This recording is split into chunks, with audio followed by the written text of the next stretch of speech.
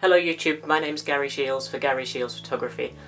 I've done out my studio with some lovely new soundproof tiles and I'm going to tell you today what's in my bag for my upcoming trip to Paris.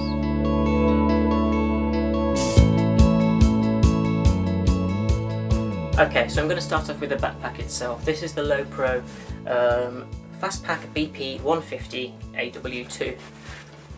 Now this is a relatively small backpack style bag made specifically for photography and photographers. 2 shoulder straps, and it also has a waist strap as well, which I'm not using at the moment.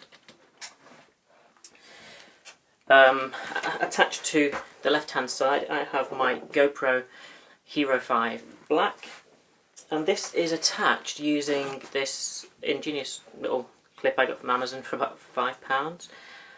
Standard GoPro mount here, and then this little crocodile attachment can rotate to orientate the camera in any way. And it was just sheer luck that we have this quite pointless little strap going on here, because I can buy it like that and then the camera sees what I see. And that comes around with me. On this side I have something that was given to me as a freebie at last year's photography show, and this is a small PIXaPRO battery powered light. It gets quite bright and it's handy when you're walking around at night or in the woods, if you saw my last video. So removing that, on this side there is a tripod attachment mount bag at the bottom. It is designed for smaller tripods, but I'm just using it with a very lightweight monopod. This is the Manfrotto, let's get it right, Manfrotto Compact Xtreme 2-in-1. The reason I call it a 2-in-1 is because when used like this, it is an extendable selfie stick essentially, a standard tripod mount on the top, and on the other end there is a screw attachment which when removed gives you another tripod mount, and then that then allows this to be used as in a standard monopod configuration. Now the reason I'm taking a monopod to Paris and not a tripod is primarily for weight. The bag itself is small, my camera is mirrorless, my lenses are pretty small. I like lightweight, especially when you're running around all day. You might be doing 12, 14 hour days. Something that's lightweight is going to allow me to enjoy the trip, and so I like to pack as light as possible. So that definitely ties in, rather than taking a full-size tripod.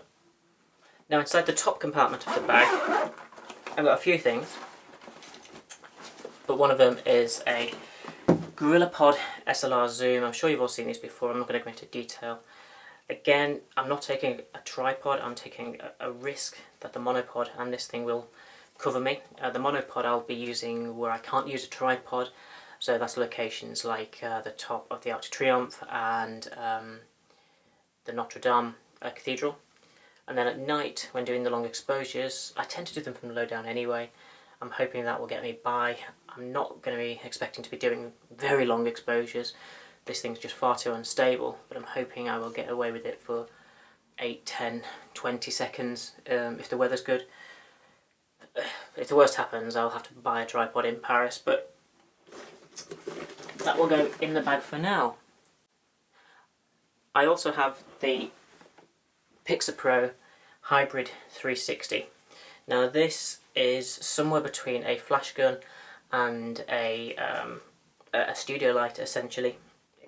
It has an external battery pack, but these things are quite light, so they can go in my bag just about. And then the flash itself, I use it on manual all the time. It's much brighter than your standard flash gun or speed light, and that means it can be used outside in ambient light.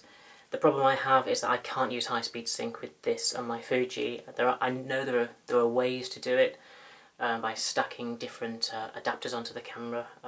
So along with my wireless system, I can use a Cactus V6 Mark II, I think it is. But it all gets very expensive, very messy, and quite unreliable. PIXaPRO, who make this, tell me that they are hoping for a Fuji high-speed sync compatible system in the not too distant future, so I'm just hanging on, waiting for that at the moment.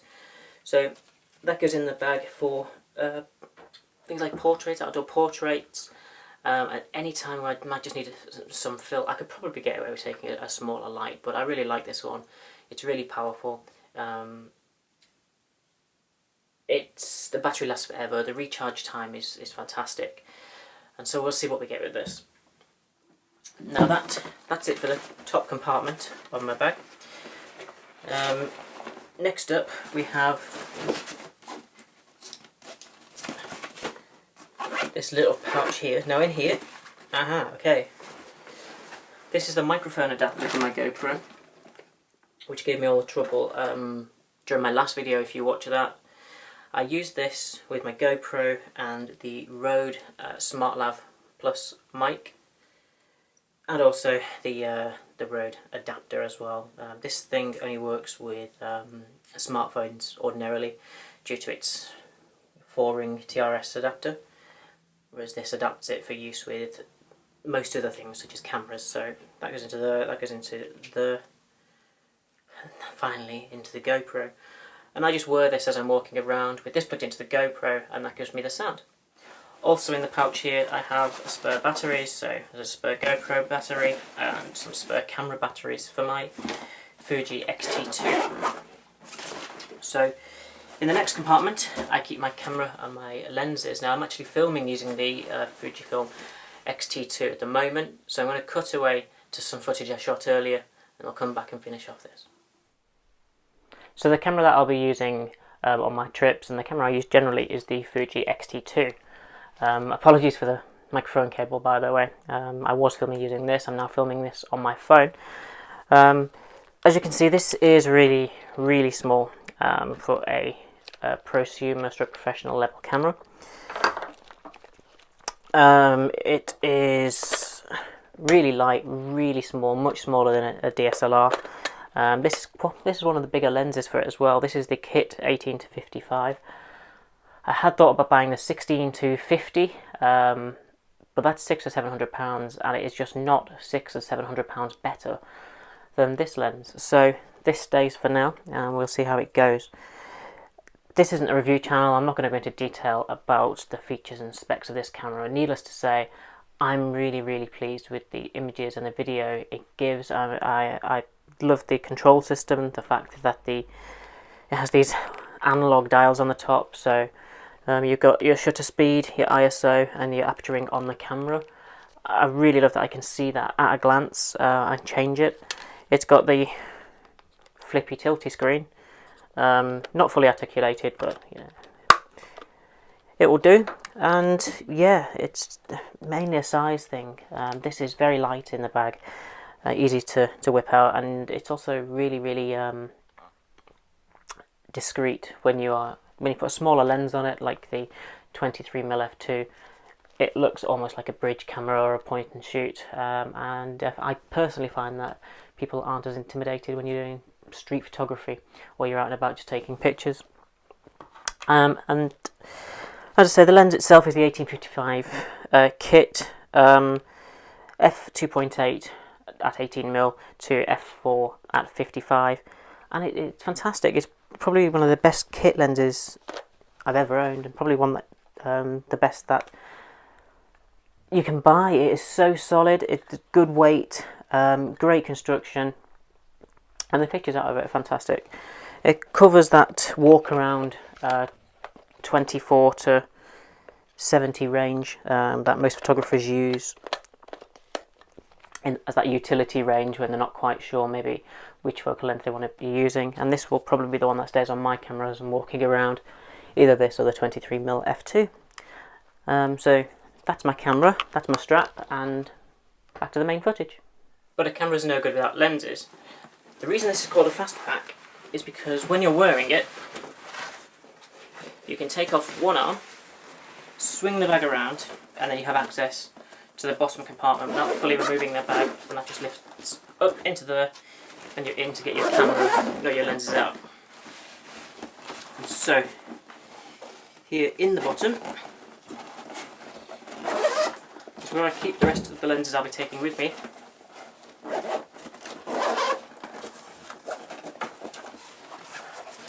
And what do we have? Okay, we have the Fujifilm 10-24 f4. Now the Fujifilm has a crop factor of 1.5, so this is an equivalent 15 to 36 mil. Quite wide, great for landscapes or even in urban environments where you want to capture the vista. But it's a very, very high quality lens, and I love shooting wide angle stuff. I love the focal point of the image being obvious but small, kind of trapped in its surroundings, and this is a great lens to use in cities for doing cityscapes and urban landscapes, that kind of thing.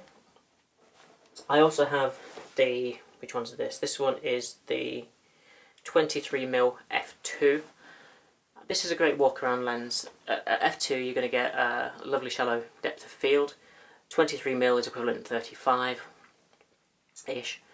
So this is fantastic for walking around. It's not too close if you're taking pictures of people, and it's not too far away when you're doing something wider as well.